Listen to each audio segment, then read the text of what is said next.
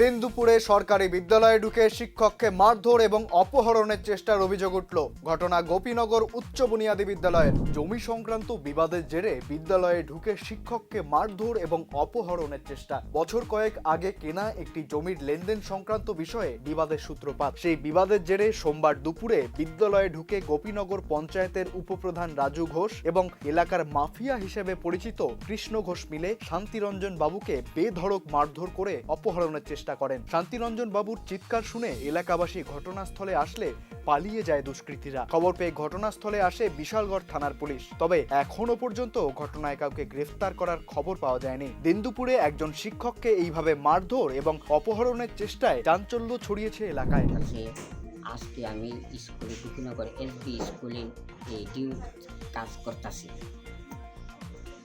করার পরে তারা আইয়া সেরা আবার আমার কাছে তারা আমার হুমকি দিতেছে, তারা টাকা দিতাম, তারা মাইরা লাইতাম। হলো রাজু ঘোষ, কৃষ্ণ ঘোষ আর আরও তারা লোকে কয়েকজন আছে। কোন জায়গা দেখো? জায়গাটা কোন জায়গাতে? জায়গা দিল রাবার বাগান দিল কলকুলিয়া। আপনার বাড়ি? বাড়ি গোপীনগর। আপনি কি করেন? আমি এডুকেশনের আছি। শিক্ষক? শিক্ষক। কি নাম আপনার? শান্তিরঞ্জন শাহ। কবে থেকে দখল করে গেছে? আজকে 8 মাস আগে তারা দখল করে। তার বাড়ি কোনখানে?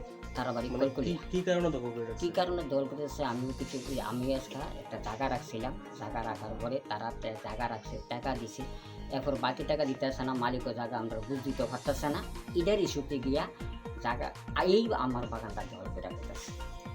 মানে আপনি